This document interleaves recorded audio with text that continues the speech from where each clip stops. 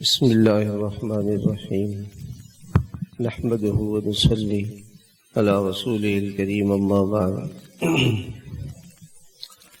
عام طور سے اس موسم میں لوگ شادیاں کرتے ہیں، تو نکاح یہ ایک عظیم الشان عبادت ہے اور یہ ہمارے دین کا حصہ ہے۔ اللہ کے نبی علیہ الصلوۃ والسلام نے یوں ارشاد فرمایا، النکاح من سنتی، کہ نکاح میرا سنت طریقہ ہے۔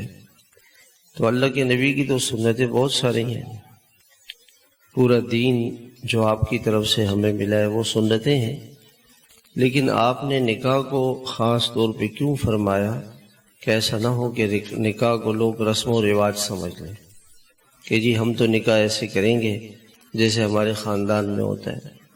خاندانی رسم و رواج کو دیکھیں، اور جس چیز سے اللہ کے نبی علیہ الصلوۃ والسلام نے روکا تھا، آج وہی چیزیں نکاح میں آ گئی، وہی رسومات، وہی چیزیں آ گئی۔ امام ابو حنیفہ رحمۃ اللہ علیہ کے نزدیک التخلی، امام شافعی رحمۃ اللہ علیہ کے نزدیک التخلی للعبادت افضل من النکاح۔ امام شافعی فرماتے ہیں کہ ایک آدمی چاہتا ہے کہ میں عبادت کے لیے فارغ ہوں تو وہ نکاح نہ کرے بلکہ عبادت کرے، کہ نکاح ایک معاملہ ہے، اس میں بیوی کے حقوق، بیوی کے ساتھ اٹھنا بیٹھنا، تو یہ چیزیں ہوتی ہیں، اس لیے وہ نکاح نہ کرے۔ لیکن امام اعظم امام ابو حنیفہ رحمۃ اللہ علیہ کے نزدیک نکاح کے اندر عبادت کی شان غالب ہے، لہٰذا وہ فرماتے ہیں کہ نکاح ایک عبادت ہے، ایک سنت ہے، یہ دین کا ایک حصہ ہے، ایک طریقہ ہے، اس لیے ہمیں نکاح افضل ہے عبادت سے۔ نکاح بھی ایک عبادت ہے، نکاح یہ ایک عبادت ہے، یہ دنیاوی معاملہ نہیں ہے۔ اس لیے اللہ کے نبی علیہ الصلوۃ والسلام نے فرمایا کہ آدمی اپنی بیوی کے منہ میں لقمہ دے، یہ صدقہ ہے، اس کو صدقے کا ثواب ملے گا۔ یہ دین ہے، یہ عبادت ہے، یہ ثواب ہے۔ اور فرمایا کہ سب سے بہترین صدقہ کیا ہے کہ آدمی اپنے گھر والوں پہ خرچ کرے۔ وَابْدَأْ بِمَنْ تَعُولُ، صدقے کی ابتدا اس سے کرو جو تمہارے اہل و عیال ہیں۔ سب سے پہلے آدمی صدقہ، بیوی کو جو خرچہ کرے گا یہ صدقہ ہوگا، یہ صدقے کا ثواب ہے۔ جیسے مسجد میں خرچ کرنا، مدرسے میں خرچ کرنا، خیر کے کاموں میں خرچ کرنا یہ صدقہ ہے، اسی طرح سے بیوی بچوں پر خرچ کرنا یہ بھی ایک صدقہ ہے، اس کا ثواب ملے گا۔ پھر آپ علیہ الصلوۃ والسلام نے فرمایا کہ شوہر بیوی کے حقوق ادا کرتا ہے اور بیوی شوہر کے حقوق ادا کرتی ہے، تو فرمایا کہ ان کے لیے ثواب لکھا جاتا ہے، صدقے کا ثواب ہوتا ہے۔ صحابہ نے عرض کیا کہ یا رسول اللہ، وہ تو اپنی خواہش پوری کرتے ہیں۔ آپ نے فرمایا کہ اگر یہ خواہش کسی حرام جگہ پوری کرتے تو یہ زنا ہو جاتا، یہ گناہ ہو جاتا اور اللہ ناراض ہوتے۔ تو یہ بیوی سے مل رہا ہے، یہ صدقے کا ثواب ہے، یہ عبادت ہے، یہ دنیا نہیں ہے، یہ دنیا نہیں ہے۔ حضرت شیخ رحمۃ اللہ علیہ فرماتے ہیں کہ ہمارے والد صاحب رحمۃ اللہ علیہ ہمیں قصے سنایا کرتے تھے، تو فرمانے لگے کہ ایک آدمی تھا، اس کا کام تھا ہندوستان کے اندر، وہ کہیں جا رہا تھا کسی کام کے لیے، تو راستے میں دریائے جمنا پڑتا تھا۔ تو وہ جب دریا کے کنارے پر پہنچا تو پتہ چلا کہ وہاں دریا میں طغیانی آئی ہوئی ہے اور کشتیاں نہیں چل رہی ہیں۔ وہ بڑا پریشان ہوا، لوگوں سے پوچھا کہ مجھے وہاں جانا ضروری ہے، میرا کوئی خاص معاملہ ہے، کیس ہے، پتہ نہیں کیا ہے، بہرحال مجھے وہاں پہنچنا ہے۔ تو لوگوں نے کہا کہ یہاں ایک بزرگ رہتے ہیں جھونپڑی میں، ان سے جا کے دعا کراؤ۔ تو اور کہا کہ وہ بہت نا کریں گے، لیکن آپ نے ان کی بات نہیں ماننی، آپ نے اڑ جانا ہے کہ مجھے آپ کریں میرے لیے دعا۔ تو حضرت فرماتے ہیں کہ وہ شخص اس آدمی کے پاس چلا گیا، مصلی والے کے پاس چلا گیا.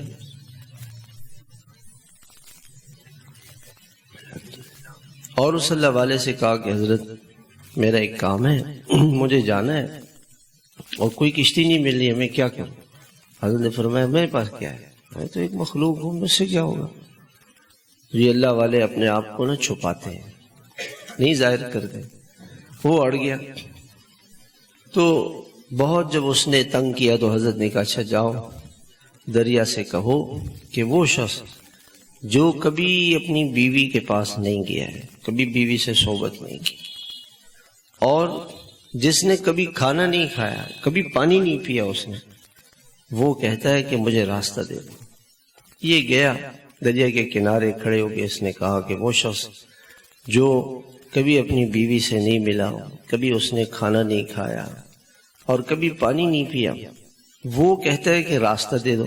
اس نے دیکھا کہ دریا میں راستہ بن گیا اور یہ پار ہو گیا. اب اس کا تو کام اللہ نے کر دیا.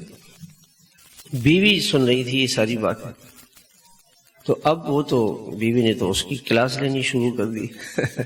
یہ جو آپ نے اتنا بڑا جھوٹ بولا, اتنے بڑے بزرگ بنے ہوئے ہو, کھا کھا کے اتنے موٹے تازے ہو, کھا رہے ہو پی رہے ہو, یہ تو چلو آپ نے جو جھوٹ بولا وہ آپ جانے آپ کا اللہ. لیکن یہ جو آپ نے کہا ہے کہ میں کبھی اپنی بیوی سے نہیں, پر یہ بچے کہاں سے آئے؟ اب وہ بیچارے ان کو سمجھا رہے تھے کہ نہیں یہ تو آپ نے مجھے بدنام کر دیا. تو حضرت فرمانے لگے کہ بات یہ ہے کہ جب کبھی بھی میں کھانے کے لیے بیٹھتا ہوں تو میں یہ نیت کرتا ہوں کہ یا اللہ میں اپنی خواہش کی وجہ سے نہیں کھا رہا ہوں, یہ اللہ کا حکم سمجھ کے میں کھا رہا ہوں. اللہ کا حکم ہے کھلو واشربو, کھاؤ پیو. میں ہمیشہ ہر عمل سے پہلے میں اپنی نیت ٹھیک کرتا ہوں. میری نیت کیا ہوتی ہے کہ اے اللہ میں آپ کا حکم سمجھ کے کھا رہا ہوں, آپ کا حکم سمجھ کے پی رہا ہوں. اور جب کبھی میں آپ کے پاس آتا ہوں تو اس وقت میری نیت اپنی خواہش کی نہیں ہوتی ہے, بلکہ میں اللہ کا حکم سمجھ کے, اور بیوی کے میرے اوپر حقوق ہیں اور یہ حضور صلی اللہ علیہ وسلم کا سنت عمل ہے, اس لیے میں یہ پہلے یہ نیت کرتا ہوں. تو میں نے اپنے لیے تو کوئی کام نہیں کیا. جو کام اللہ کے لیے کیا جائے وہ عبادت ہے. دین ایسا نہیں ہے کہ آپ صرف مسجد میں بیٹھے رہیں ہر وقت اور تسبیح آپ کے ہاتھ میں ہو, بس آپ جنت چلے جائیں گے اور باقی سب جہنم میں. ایسا نہیں ہے. نماز کا ایک وقت ہے, اس میں آپ جا کے فرض نماز, اللہ کے فرائض ہیں وہ ادا کریں. باقی اگر آپ بازار میں ہیں تو التاجر الصدوق الامین مع النبیین والصدیقین والشہداء والصالحین. آپ تاجر ہیں, بازار میں جا رہے ہیں, تو آپ بازار کے اندر سچ بولیں, امانت داری کے ساتھ, خیانت نہ ہو, دھوکہ نہ ہو, جھوٹ نہ ہو, کسی سے کمپٹیشن نہ ہو, مقابلہ نہ ہو کہ جی وہ تو اس کا مال تو 2 نمبر ہے, مجھے سب پتہ ہے, دوسرے کو نیچے دکھانا نہ ہو, اور بیوی بچوں کے حقوق کی وجہ سے ہو. تو قیامت کے دن آپ کا حشر نبیوں کے ساتھ ہوگا, صدیقین کے ساتھ ہوگا, صالحین کے ساتھ ہوگا. اور اللہ کے نبی علیہ السلام نے فرمایا کہ الامام العادل, 7 آدمی قیامت کے دن اللہ کے عرش کے سائے میں ہوں گے, اللہ کے خاص لوگ ہوں گے, بہت VIP اللہ پاک کے بڑے مقرب بندے ہوں گے. اور ان میں سے پہلا شخص کون سا ہوگا؟ الامام العادل, عدل اور انصاف کے ساتھ حکومت کرنے والا, ظلم نہیں کرتا, خیانت نہیں کرتا, لوگوں کے ساتھ زیادتی نہیں کرتا, لوگوں کے زمینوں کو نہیں دباتا. یہ نہیں کہ جی اندر ریوڑیاں بانٹے اور اپنوں کو دے, جو بھی کوئی سرکاری نوکری ملی تو اپنے بھائی کو, بھتیجے کو, بھانجے کو, اپنے رشتہ داروں کو نوازتا رہے. یہ نہیں, عدل کے ساتھ اور انصاف کے ساتھ حکومت کرے گا تو یہ آدمی قیامت کے دن اللہ کے عرش کے سائے میں ہوگا, اللہ کے عرش کے سائے میں ہوگا. القاسب حبیب اللہ, ایک آدمی بازار میں کما رہے ہیں, نوکری کر رہے ہیں, گڑھے کھود رہے ہیں, مستری ہے, عمارت بنا رہا ہے، دفتر میں بیٹھا ہوا ہے، دکان میں بیٹھا ہوا ہے، کاروبار کر رہا ہے، بیچ رہا ہے، خرید رہا ہے، محنت کر رہا ہے، یہ اللہ کا محبوب ہے، یہ اس وقت بھی اللہ کا محبوب ہے۔ اگر یہ گناہ نہ کرے، حرام نہ کمائے، جھوٹ نہیں بولے، دھوکہ نہیں دے، رشوت نہیں لے، سود نہیں لے، تو یہ عبادت کر رہا ہے۔ جیسے مسجد میں نماز پڑھنا عبادت اور ثواب ہے، ایسے ہی اس کا یہ سارا وقت جو کمانے میں گزر رہا ہے، یہ اللہ کا قرب حاصل کر رہا ہے، یہ اللہ کا مقرب ہے۔ تو دین ہمارا کیا ہے؟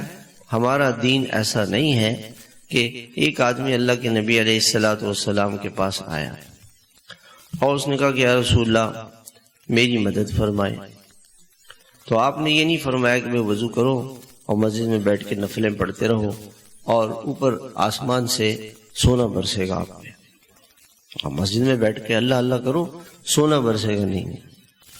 آپ نے فرمایا کہ بھئی انسان کی بہترین کمائی کیا ہے کہ جو اپنے ہاتھ سے کمائے، اور فرمایا کہ حضرت داؤد علیہ السلام یہ اللہ کے نبی تھے، وہ اپنے ہاتھ کی کمائی سے کھاتے تھے اور وہ زرے بناتے تھے۔ یہ زرہ ایک جس کو آج کل بلڈ پروف جیکٹ کہتے ہیں، یعنی جو آدمی پہ گولی کا، تلوار کا، تیر کا اثر نہ ہو، ایک واسکٹ سی ہوتی ہے اندر لوہے کی، وہ پہنتے تھے، تو وہ بناتے تھے، جنگی چیز ہوتی تھی۔ تو حضرت داؤد علیہ السلام اپنے ہاتھ کی کمائی سے کھاتے تھے، محنت کرتے تھے۔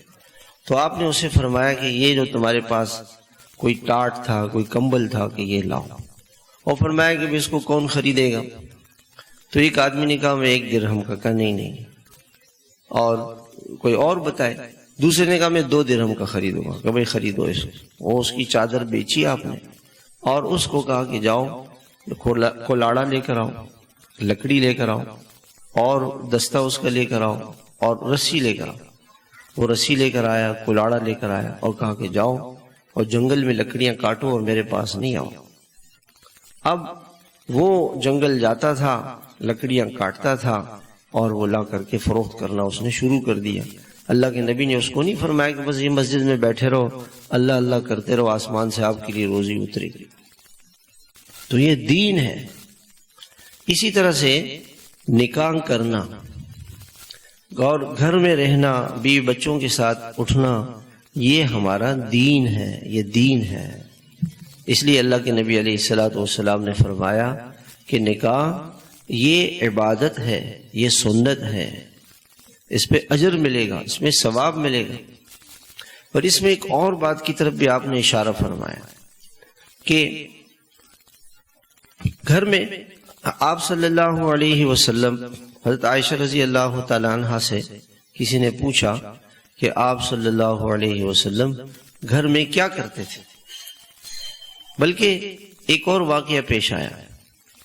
واقعہ یہ پیش آیا کہ کچھ صحابہ آپ صلی اللہ علیہ وسلم کے گھر کے باہر تشریف لائے اور ازواج مطہرات سے پردے کے پیچھے سے پوچھا کہ آپ صلی اللہ علیہ وسلم کیا کرتے ہیں۔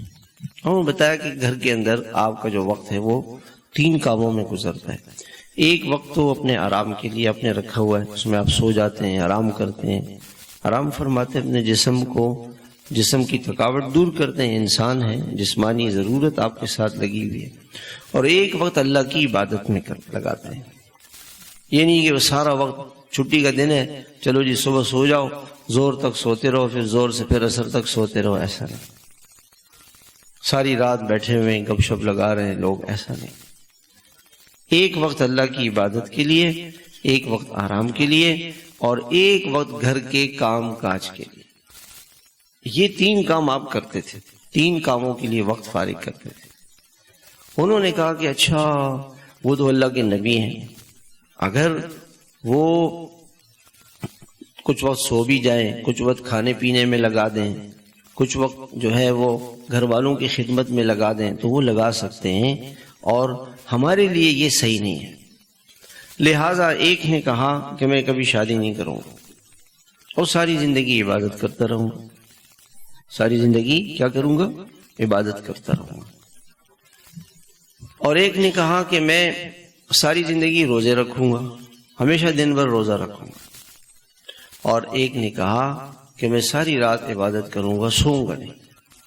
آپ نے ان کی باتیں سنی، آپ باہر تشریف لائے، آپ ناراض ہوئے اور فرمایا کہ وَأَنَا أَخْشَاكُمْ لِلَّهِ وَأَنَا أَتْقَاكُمْ لِلَّهِ وَأَنَا أَعْلَمُكُمْ بِاللَّهِ، میں تم میں سب سے زیادہ اللہ کو جانتا ہوں، اللہ کا دین جانتا ہوں، اللہ کی منشا کو سمجھتا ہوں، اور میں سب سے زیادہ اللہ سے ڈرنے والا ہوں، میرے دل میں سب سے زیادہ اللہ کا خوف ہے، اور میں کھاتا پیتا بھی ہوں، آرام بھی کرتا ہوں، میں روزے بھی رکھتا ہوں، افطار بھی کرتا ہوں، اور میں شادی بھی کرتا ہوں، میں تینوں کام کرتا ہوں۔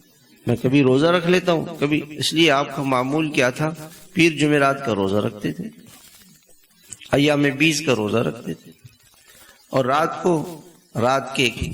رات کا کچھ حصہ شروع میں عشاء پڑتی آپ سو جاتے تھے، پھر اٹھ کے 1/3 رات تقریباً یا آدھی رات کے قریب اٹھ کر کے، بعض اوقات اب آدھی رات کے قریب اٹھ کے آپ دیر تک اللہ کی عبادت، کئی گھنٹے اللہ کی عبادت میں لگتے، اور پھر فجر سے پہلے تھوڑی دیر آرام کرتے کہ میں رات کو سوتا بھی ہوں، عبادت بھی کرتا ہوں، روزے بھی رکھتا ہوں، اور میری بیوی بچے بھی ہیں، میں نکاح بھی میں نے کیا ہوا ہے، 9 نکاح، 11 آپ کی ازواج مطہرات 11 تھیں، 2 باندیاں تھیں اور 9 آپ کی ازواج مطہرات تھیں، 11 شادیاں آپ نے کی۔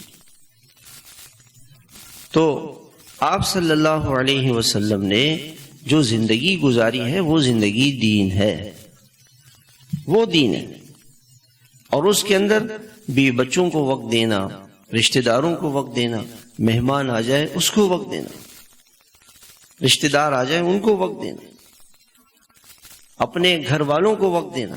حضرت عائشہ رضی اللہ تعالی عنہا سے کسی نے پوچھا کہ ما کان النبی صلی اللہ علیہ وسلم یصنع فی بیتہ، گھر میں کیا کرتے تھے؟ انہوں نے فرمایا کان النبی صلی اللہ علیہ وسلم فی بیتہ فی محنت اہلہ، آپ اپنے گھر والوں کے کام کاج میں لگے رہتے تھے، گھر میں گھر والوں کے کاموں میں ہاتھ بٹاتے تھے۔ اور دوسری روایت میں آتا ہے کان النبی صلی اللہ علیہ وسلم یخدم نفسہ، اپنا کام خود کرتے تھے، وَيَخِيطُ ثَوْبَهُ، کپڑا پھٹ جاتا تھا اس کو سی لیتے تھے، وَيَخْصِفُ نَعْلَهُ، جوتا پھٹ جاتا تھا اس کو گانٹ لیتے تھے، وَيَحْلِبُ شَاتَهُ، اور اپنی بکری کا دودھ خود نکالتے تھے۔ آپ قاضی بھی تھے، آپ امام بھی تھے، آپ استاد بھی تھے، آپ مفتی بھی تھے، آپ فوج کے کمانڈر بھی تھے، اور آپ بادشاہ بھی تھے، آپ سب تھے، سارے مشورے چل رہے ہیں، سارا آپ جہاد بھی کرتے تھے، آپ تبلیغ بھی کرتے تھے، آپ جمعہ بھی پڑھاتے تھے، قرآن بھی پڑھتے تھے، سارے کام، اور اس کے باوجود آپ علیہ الصلوۃ والسلام اپنا جوتا خود گانٹتے تھے۔ وَيَفْلِي ثَوْبَهُ، اور اپنے کپڑوں سے میل کچیل جوئیں وغیرہ ہٹاتے تھے، جوئیں آپ کی جسم میں نہیں ہوتی تھی لیکن اپنے کپڑوں کو پاک کرتے، صاف کرتے، یہ اللہ کے نبی علیہ الصلوۃ والسلام کا عمل تھا۔ حضرت عائشہ رضی اللہ تعالیٰ عنہ سے آپ فرماتے کہ عائشہ، گھر کے اندر کھانے کا وقت ہوتا تو آپ فرماتے کہ عائشہ آٹا میں گوندھ لوں گا، روٹی آپ بنا لو، آٹا میں گوندھ لوں گا، روٹی آپ بنا لو۔ آپ گھر میں گئے، اب بچہ رو رہا ہے، اس کو آپ بہلا لیں، اور اہلیہ سے کہہ دیں آپ خدمت کر لو، یا آپ ان سے کہیں کہ جی بچے کو آپ بہلائیں، میں خدمت کرتا ہوں۔ یہ سنت ہے، یہ دین ہے، یہ عبادت ہے، یہ حضور صلی اللہ علیہ وسلم کا مبارک طریقہ ہے۔ کہاں مگر جب اذان ہو جاتی تھی، اذا سمع الاذان خرج الی الصلاۃ کأنہ لم یعرفنا، اذان ہو جاتی تھی اب فوراً نماز کے لیے چلے جاتے تھے، اور ایسے ہو جاتے جیسے ہمیں جانتے ہی نہیں۔ جب اللہ کا حکم آ جاتا تو پھر آپ علیہ الصلوۃ والسلام گھر میں نہیں ٹھہرتے تھے، فوراً نماز کے لیے چلے جاتے۔ یہ اللہ کے نبی علیہ الصلوۃ والسلام کی سنت زندگی تھی، یہ پیاری زندگی تھی، یہ کیسی زندگی تھی؟ تو دین کس چیز کا نام ہے؟ جو کچھ اللہ کے نبی صلی اللہ علیہ وسلم نے کیا ہے وہ دین ہے، وہ دین۔ 3 موقع انسان کی زندگی میں ایسے آتے ہیں کہ انسان بھول جاتا ہے خوشی کے موقع پہ، غمی کے موقع پہ، خوشی کے موقع پہ انسان بھول جاتا ہے اللہ۔ شادی کیسے کرنی ہے اس کو خیال ہی نہیں آتا، جیسے رواج چل رہا ہے خاندانوں میں، اور جناب ایک تقریبات کا ایک لمبا چوڑا سلسلہ ہوتا ہے، جی مہندی ہوگی، مایوں ہوگی، ہزاروں روپے کے ہدیے، اور یہ سارا دکھلاوا سب آپس میں، چونکہ دین زندگی میں نہیں ہے تو یہ چیزیں عذاب بن جاتی ہیں۔ اللہ کے نبی علیہ الصلوۃ والسلام نے فرمایا کہ نکاح یہ میرا سنت عمل ہے، اس کو حضور کے طریقے سے کرنا ہے، یہ عبادت ہے۔ اب نکاح ہو رہا ہے اور اس میں مخلوط تقریب ہو رہی ہے، ناچ گانا ہو رہا ہے، یہ مسلمانوں کا نکاح ہو رہا ہے۔ نکاح تو عبادت ہے۔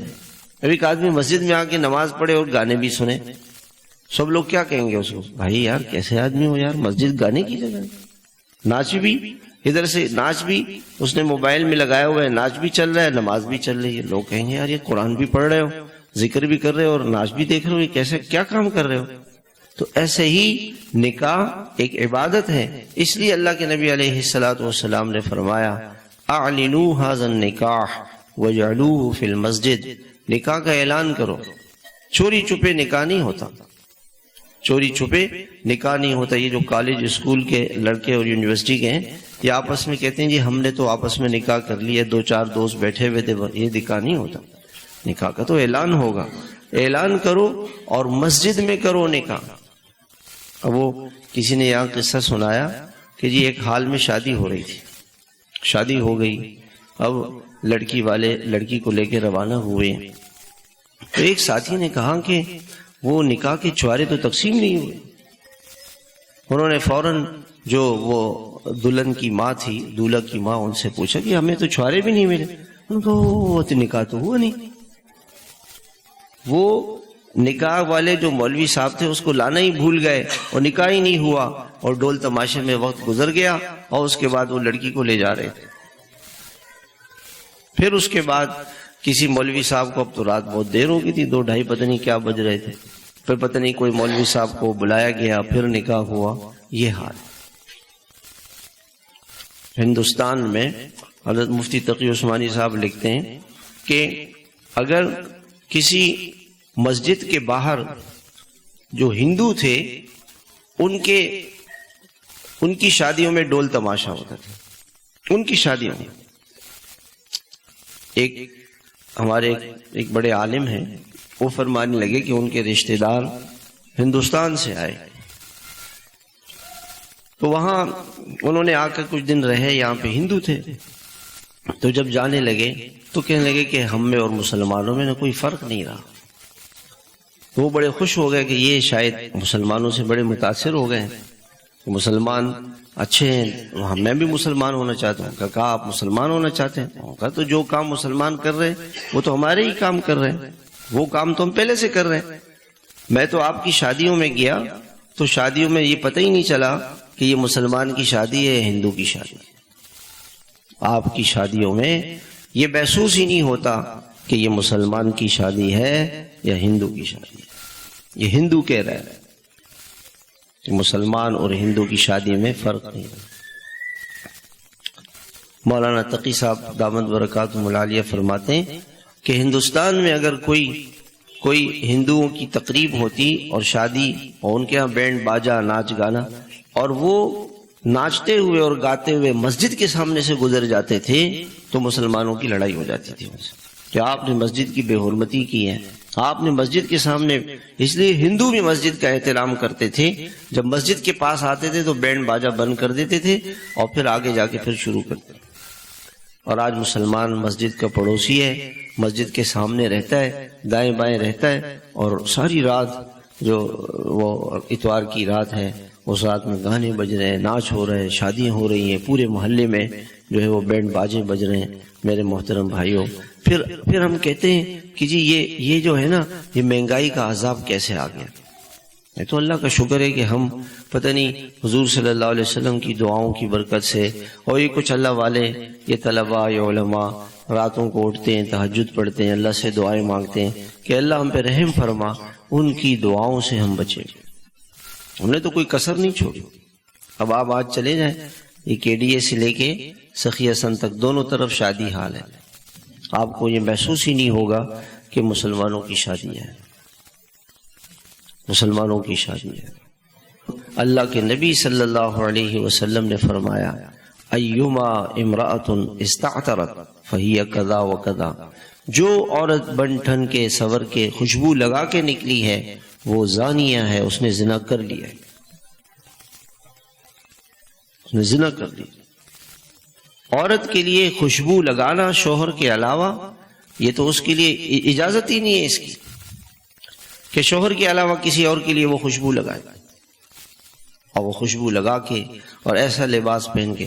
اللہ کے نبی علیہ الصلوۃ والسلام نے فرمایا تھا ایک زمانہ ایسا آئے گا نساء کاسیات عاریات، کہ عورتیں کپڑے پہنے ہوئے ہوں گی لیکن وہ برے نہ ہوں گی۔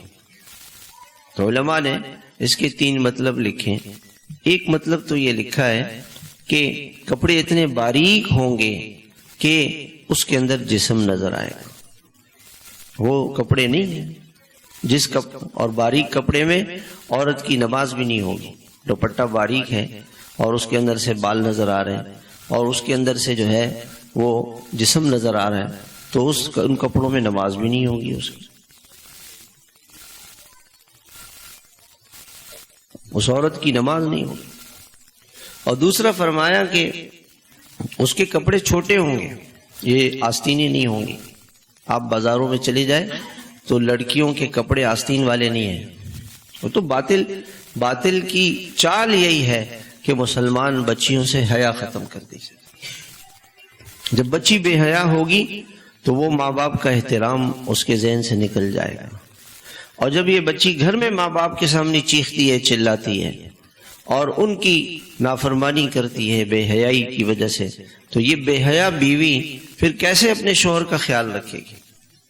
وہاں پر بھی یہی کرے گی جو اس نے ماں باپ کے گھر میں سیکھا ہوگا، وہ شوہر کے گھر میں جا کے یہی کرے گی۔ کپڑے چھوٹے ہوں گے، اب وہ پائنچے اوپر ہو گئے عورتوں کے، پانچے اگر مرد اوپر کرے تو کہتے ہیں یہ تو دقیانوسی ہے، یہ تو پرانے زمانے کے لوگوں کے کام ہے۔ آج تو دنیا کہاں سے کہاں پہنچ گئی، اور عورتوں کو حکم یہ ہے کہ ان کے ٹخنے بھی چھپے ہوئے ہوں اور ان کے پاؤں بھی چھپے ہوئے ہوں۔ وہ پاؤں کیا ٹخنے کیا اٹھانگے انہوں نے کھول دی، اور ایسا لباس پہنتے ہیں جس لباس میں پیٹ بھی نظر آ رہی ہے، اور جو قمیصوں کی کلیاں ہیں وہ اتنی اونچی ہیں کہ ذرا سا جھکے تو یہ سارا سطر کا حصہ ہے۔ عورت کا تو سینے سے لے کے پاؤں تک کا حصہ سطر ہے، یہ نہیں کھل سکتی۔ اب وہ کھل رہا ہے اور گریبان کھلا ہوا ہے، پیچھے سے کمر کھلی ہوئی ہے، سر پہ دوپٹہ نہیں ہے۔ اللہ کے نبی علیہ الصلوۃ والسلام نے فرمایا نساء کاسیات، ایسی عورتیں جن کے جسموں پر لباس نہ ہو لیکن وہ لباس نہ ہو، وہ لباس ہی نہیں ہے، اور اتنا چست لباس پہننا کہ جسم کے اعضاء کی بناوٹ اور اس کی ساخت کو چھپانے کا حکم ہے۔ عورت کا لباس ڈھیلا ڈھالا۔ ہمارا جانا ہوا ترکی میں استنبول میں ایک میوزیم ہے، اس کا نام ہے توپ کاپی میوزیم، اور حضرت مولانا تقی عثمانی صاحب دامت برکاتہ عالی نے لکھا ہے کہ سب سے زیادہ مستند تبرکات جو دنیا میں اگر کہیں پر ہیں تو وہ ترکی میں ہے، وہ ترکی میں ہے۔ چونکہ جب خلافت عثمانیہ شروع ہوئی اور ان کو پوری دنیا میں خلیفہ مان لیا گیا، تو اس وقت جو مسلمانوں کا بادشاہ تھا شام میں، عراق میں، اس نے مصر میں تھا، اس نے ساری تبرکات سلطان عبد الحمید کو دی اور وہ خود لے کر آیا، اور 400 سال تک اس نے کیا کیا، ایک کمرہ بنوایا اور اس کمرے میں تبرکات رکھی۔ سال میں صرف ایک دن 27 رمضان کو وہ تبرکات دکھاتے، اور اس کمرے میں اس نے 400 سال تک وہاں قرآن کی تلاوت ہوتی رہی۔ کبھی قرآن کی تلاوت بننی ہوئی، دن رات تلاوت، قاریوں کی ڈیوٹیاں لگاتے تھے۔ پھر جب ترکی میں انقلاب آیا، آتا ترک آیا، تو اس نے وہ سب بند کر دیا، اب دوبارہ شروع ہو گئی ہے، الحمدللہ اب دوبارہ وہاں پہ تلاوت ہوتی۔ تو اس میں جو خاص تبرکات ہیں، حضور صلی اللہ علیہ وسلم کا جبہ مبارک ہے، آپ کی تلواریں، وہ تو سال میں ایک مرتبہ دکھاتے ہیں، لیکن ایک اور کمرہ ہے جس میں صحابہ کی تلواریں، انبیاء علیہ السلام کی تلواریں، اور اس میں ایک بہت بڑا جبہ قمیص حضرت فاطمہ رضی اللہ تعالیٰ عنہ کی پڑی ہوئی میں نے دیکھی ہے. وہ قمیص اتنی موٹی ہے اور اتنی ڈھیلی ڈھالی بڑی ہے کہ آدمی دیکھ کے حیران ہو جائے کہ کیسے حضرت فاطمہ کے کپڑے تھے. اس لیے آپ نے فرمایا کہ ایسی عورتیں ہوں گی کہ لباس پہنی ہوئی ہوں گی مگر وہ بنیرا ہوں گی. علماء نے لکھا ہے کہ لباس چست ہوگا، چست لباس ہوگا، اور جسم کو چھپانے کے بجائے وہ ظاہر کرے گا. جو اوپر برقع ہے وہ ایسا چمکیلا ہوگا کہ وہ چمکتا ہوگا، اس کے اوپر کڑائی کی گئی ہوگی اور اس میں جسم نظر آ رہا ہوگا، تو وہ برقع نہیں ہے. اور آپ نے فرمایا مائلات ممیلات رؤوسہن کاسنمۃ البخت. بختی اونٹ، اس کا کوہان بڑا ہوتا ہے، ان کے سر ایسے ہوں گے، یعنی سر کے بال کھلے ہوئے ہوں گے، سروں پہ دوپٹے نہیں ہوں گے، اور یہ عورتیں لوگوں کو گناہ کی دعوت دے رہی ہوں گی اور گناہ کی طرف مائل کرنے والی ہوں گی، اور ایسی عورتیں جنت کی خوشبو نہیں سونگھ سکے. اور آپ نے فرمایا کہ میں نے ایسے لوگوں کو دیکھا نہیں. صنفان من امتی لم ارہما، ابھی نہیں ہے، اس وقت بعد میں آئیں گے. آج اس کا بالکل وہ مظہر باقی ہے. کل ایک نکاح میں ہم گئے تھے، وہ انہوں نے بلایا تھا، تو پارٹیشن تھی، اس وجہ سے ہم تو ویسے جاتے نہیں ہیں جب تک کہ پارٹیشن نہ ہو، ناچ گانا نہ ہو. ایک عورت، وہاں عورتیں داخل ہو رہی تھی، ایک عورت ہمیں نظر نہیں آئی کہ جس کے جسم پہ وہ یعنی برقع پہنی. ہم تو نیچے دیکھ رہے تھے، برقع پہنی ہوئی ایک عورت نہیں نظر آئی. مسلمانوں کا نکاح، کافروں نے اتنی محنت کی ہے. ایک کافر عورت دنیا میں آپ کو ایسی نہیں ملے گی کہ جو پردہ کرے. دنیا میں کوئی کافر عورت پردہ کرتی ہے؟ کوئی ہے کافر عورت جو پردہ کرے کہ جی مسلمانوں کے طریقے پہ میں چلتی ہوں؟ اور کروڑوں مسلمانوں کی عورتیں وہ پردہ چھوڑ کر غیروں کے طریقے پہ چل رہی ہیں. پھر اللہ کا عذاب نہیں آئے گا تو کیا ہوگا؟ یہ تو اللہ کا شکر ہے کہ ہم لوگ جی رہے ہیں، یہ تو اللہ کا شکر ہے. پتہ نہیں کس کی دعائیں ہیں اللہ والوں کی، ان کی برکتوں سے ہم جی رہے ہیں، ورنہ اپنے جہنم میں جانے کے لیے ہم نے کوئی سبب نہیں چھوڑا. خدا کی سرزمین پر خدا کی نافرمانی، اللہ اکبر اللہ اکبر. اللہ پاک کتنے ناراض ہوتے ہیں اس سے، بے حیائی سے. حضرت لوط علیہ السلام کی قوم پر جو اللہ کا عذاب آیا وہ کسی قوم پر نہیں آیا. 5 یا 6 عذاب اللہ پاک نے ان کے اوپر نازل کیے. ایسا عذاب بے حیائی پر. اللہ تعالیٰ بے حیائی کو نہیں برداشت کرتے، شرک کو برداشت کر لیتے ہیں، کفر کو برداشت کر لیتے ہیں، لیکن بے حیائی کو نہیں کرتے. آپ نے فرمایا کہ لوگ ناچ گانے میں مشغول ہوں گے اور اللہ پاک ان کو بندر اور خنزیر بنائیں گے. اس سے اللہ اتنے ناراض ہوتے ہیں. بے حیائی اتنی خطرناک چیز ہے. تو آج شادیوں میں آپ چلے جائیں، اللہ کے نبی نے فرمایا تھا نکاح میرا سنت عمل ہے، اس کو بے حیائی کا گڑھ نہ بنانا. سارے جتنے بھی اللہ معاف فرمائے، جب بے حیائی ہوگی، بے پردگی ہوگی، نوجوان بنٹھن سنور کے جائیں گے، نوجوان بچیاں بنٹھن سنور کے جائیں گی، موبائل ہوں گے، تو شادیوں میں آپس کے اندر سیٹنگیں ہوں گی، پھر اس کے بعد بے حیائی شروع ہو جائے گی. شادی کا مقصد تو کیا تھا؟ آپ صلی اللہ علیہ وسلم نے فرمایا یا معشر الشباب من استطاع منکم الباءۃ فلیتزوج. جو بیوی کے نان نفقے، اس کے حقوق کو ادا کر سکتا ہو وہ نکاح کرے. فإنہ اغض للبصر واحسن للفرج. اس سے آنکھوں میں حیا آتی ہے اور انسان کا دامن پاک رہتا ہے. نکاح کا مقصد یہ ہے کہ آدمی میں، معاشرے میں حیا آئے. اگر بے حیائی ہوگی تو کسی کی ماں بہن بیٹی محروم نہیں ہو، کسی کی ماں بہن بیٹی محفوظ نہیں ہوگی. آج آپ چلے جائیں امریکہ میں، یورپین ممالک میں، اس میں زنا بالجبر، شاید کوئی سیکنڈ، کوئی منٹ ایسا نہیں گزرتا ہوگا کہ جس میں زنا بالجبر نہ ہوتا ہو. پردہ نہیں ہے، وہ تو اپنی زندگی سے محروم ہے. سکون والی زندگی سے محروم ہیں اس وجہ سے کہ انہوں نے اللہ کے اس حکم کو مٹایا ہوا ہے. اور یہ تو کافر کہتے ہیں، کافر. بے حیائی ایسی چیز ہے.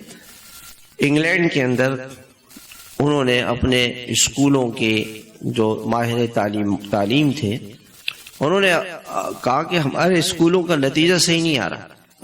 اس کی کیا وجہ ہے؟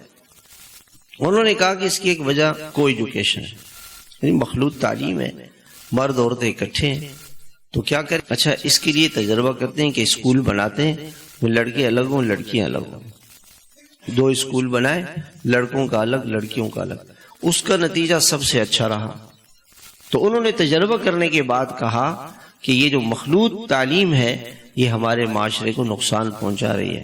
اور ہمارے نبی علیہ الصلوۃ والسلام نے تو 1400 سال پہلے بتا دیا تھا کہ یہ تباہ کر دیتی ہے معاشرے کو. ایاکم والدخول علی النساء، دیکھو ایسی جگہ میں نہ جاؤ کہ جہاں عورتیں ہوں. الا لا یخلون رجل بامرأۃ، ایسی جگہ میں کوئی عورت نہ ہو، کوئی مرد، جہاں پہ کوئی تیسرا آدمی نہ ہو تو مرد عورت اکٹھے نہ ہو. آپ نے منع کر دیا، آپ نے منع کیا. روس کے اندر 70-80 سال کمیونزم رہا، اور چونکہ یہ فطرت کے خلاف تھا تو اللہ تعالیٰ نے اس کو توڑا، ختم کیا. تو روس کا جو آخری صدر تھا اس کا نام گورباچوف تھا، جس زمانے میں یہ سوشلزم ختم ہوا. تو مولانا تقی عثمانی صاحب نے لکھا ہے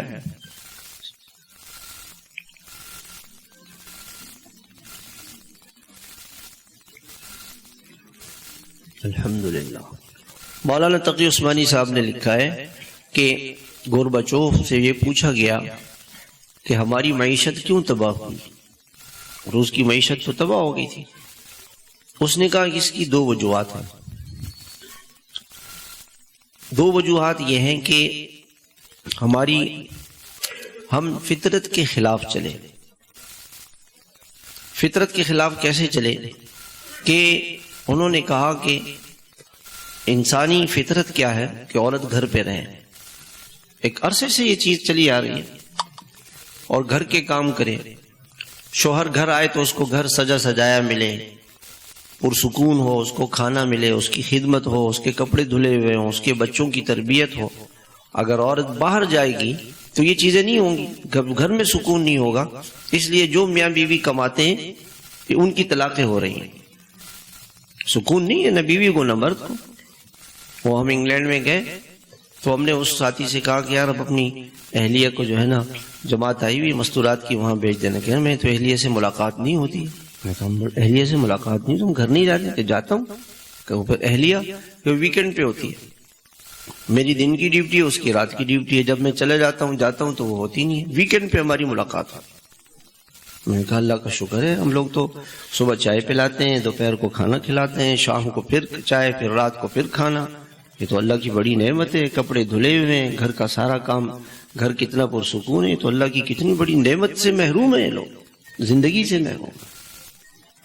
تو انہوں نے کہا کہ ہم نے فطرت کے خلاف کام کیا. وہ کیا کہ عورت کو گھر سے باہر کیا.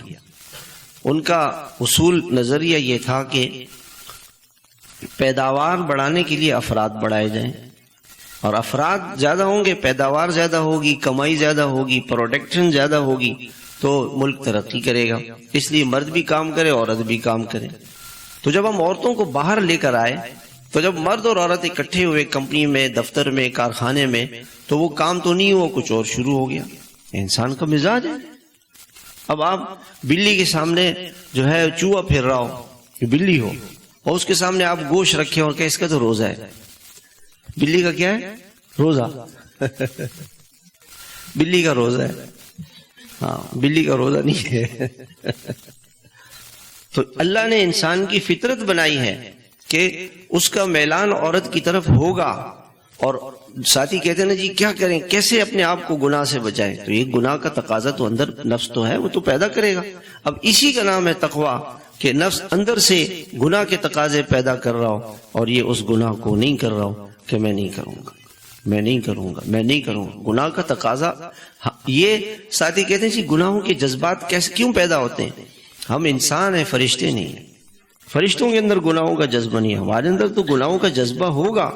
اس جذبے کو اللہ کے خوف سے روکنا، اللہ کے خوف سے روکنا کہ اللہ دیکھ رہا ہے، میرے ساتھ اللہ ہے، میں اللہ سے ڈرتا ہوں، میں اللہ کی پکڑ سے ڈرتا ہوں، اللہ کی نافرمانی سے ڈرتا ہوں. میں نے یہ گناہ نہیں کرنا کہ میرا اللہ ناراض ہو جائے. یہ ہے تقویٰ.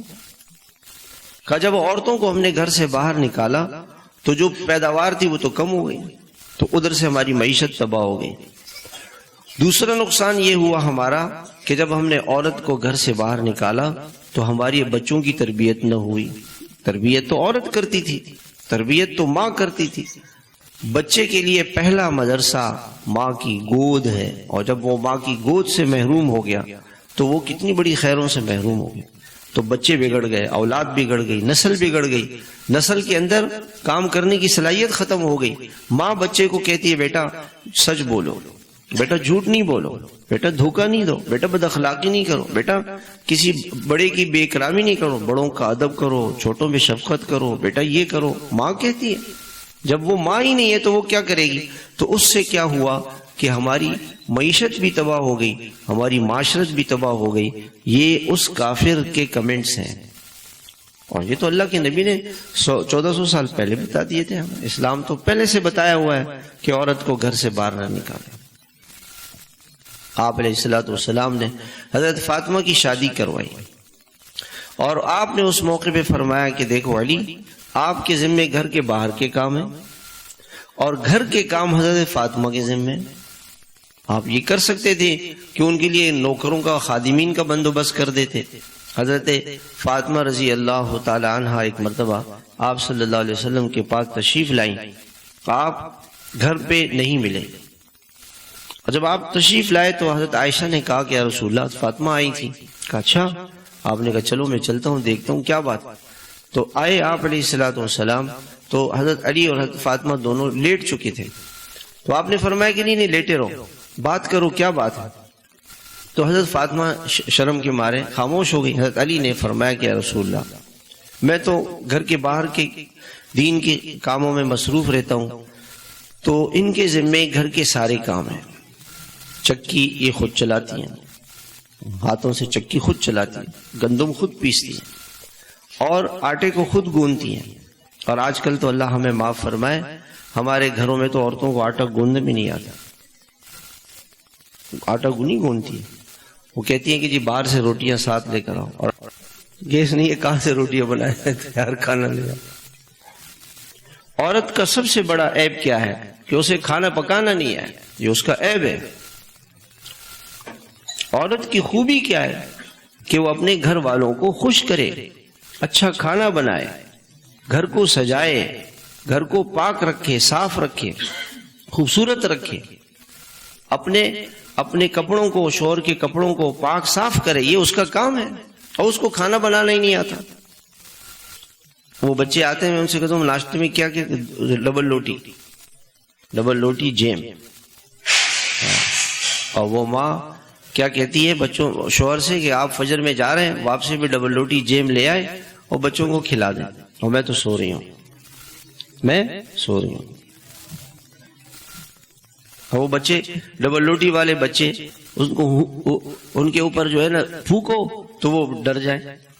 وہ تو پھونکنے سے ڈرتے ہیں، ڈبل روٹی کے بچے.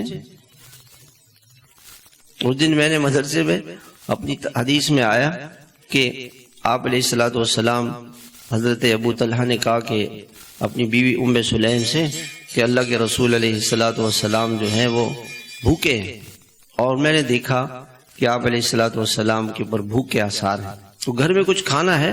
وہ کہا ہاں تھوڑے سے جو ہیں، اور ان کو میں آٹا گون لیتی ہوں اور اس کی روٹیاں بنا لیتی ہوں. تو اس جو کو گوندا، آٹا گوندا، روٹی بنائی، اور فرماتے ہیں حضرت انس کہ مجھے اپنے دوپٹے پہ لپیٹ کے اور میرے بغل کے نیچے رکھ دیا کہ جا کے حضور صلی اللہ علیہ وسلم کو کھلا.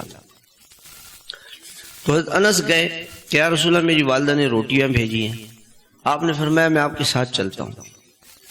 گھر آ گئے تو حضرت ابو طلحہ نے کہا کہ حضور تو ہمارے گھر آ گئے. کہا کہ آپ نے حضور کو خود کہا ہے کہ گھر چلیں گا؟ نہیں.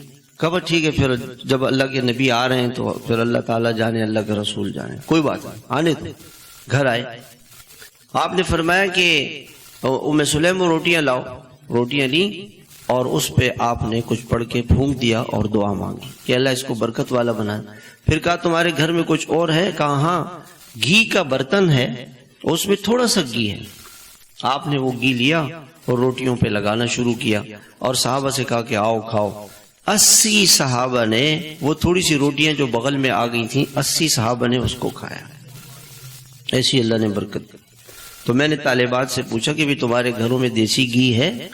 تو بعض طالبات نے کہا کہ ہمارے گھروں میں دیسی گھی نہیں.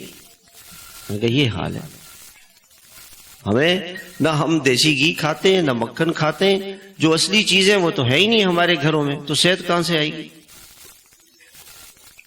تو حضرت فاطمہ رضی اللہ تعالی عنہا کے بارے میں حضرت علی نے کہا کہ یا رسول اللہ، وہ چکی خود پیستی ہیں، آٹا خود گوندتی ہیں، سالن خود بناتی ہیں، گھر میں جھاڑو دیتی ہیں، کپڑوں کو صاف کرتی ہیں اور کنویں سے پانی بھی لے کر آتی ہیں.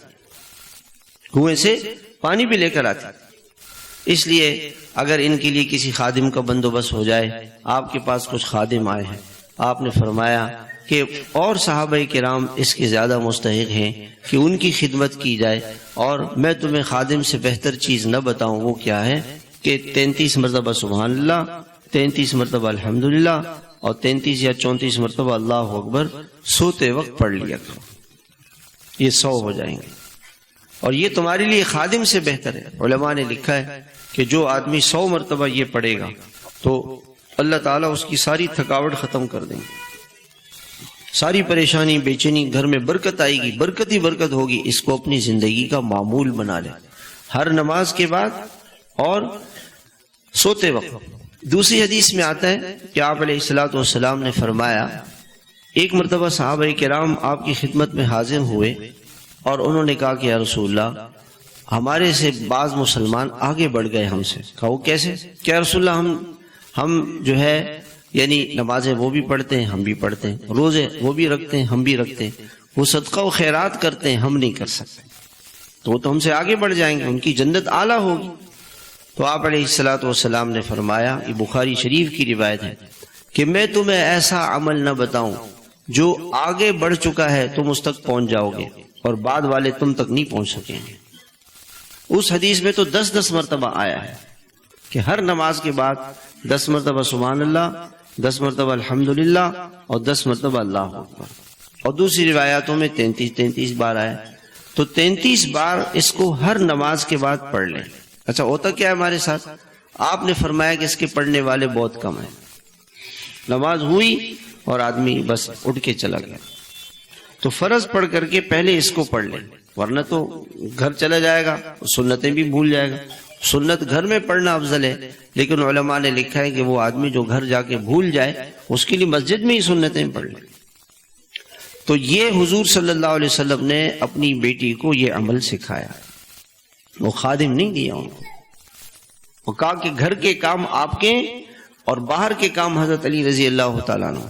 آج اس دن میں نے وہاں مدرسے میں بچیوں سے پوچھا، میں نے کہا اچھا یہ بتاؤ کہ کتنے گھر ایسے ہیں کہ جس گھر میں سب کھڑے ہو کے نماز پڑھتے ہیں، اور کتنے گھر ایسے ہیں جس میں کوئی دوائی نہیں کھاتا، گھر میں مستقل دوائی.